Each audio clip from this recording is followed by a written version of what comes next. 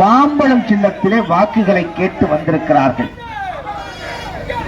நம்முடைய வெற்றி வேட்பாளர் முனைவர் சௌமியா அன்புமணி அவர்கள் சக்கசமுத்திரம் பகுதியிலே இருக்கிற அருமை தாய்மார்களே, வாக்காளர் பெருமக்களே, உங்களை சந்தித்து மாம்பழம் சின்னத்திலே வாக்கு கேட்டு வந்து கொண்டிருக்கிறார்கள்.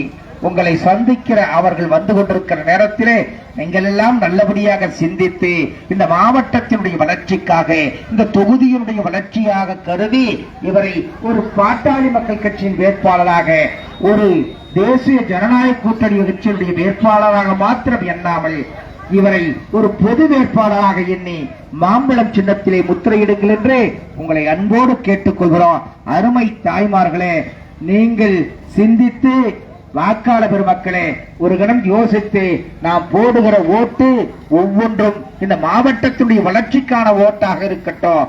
நம்முடைய நீர்ப்பாசன திட்டங்கள், எண்ணெய்கள் புது தும்பலி திட்டம் போன்ற அந்த நீர்ப்பாசன திட்டங்களை கொண்டு வருகிற அன்புமணி ராமதாசனுடைய கரத்தை வலுப்படுத்துகிற வாக்காக இருக்க வேண்டும்.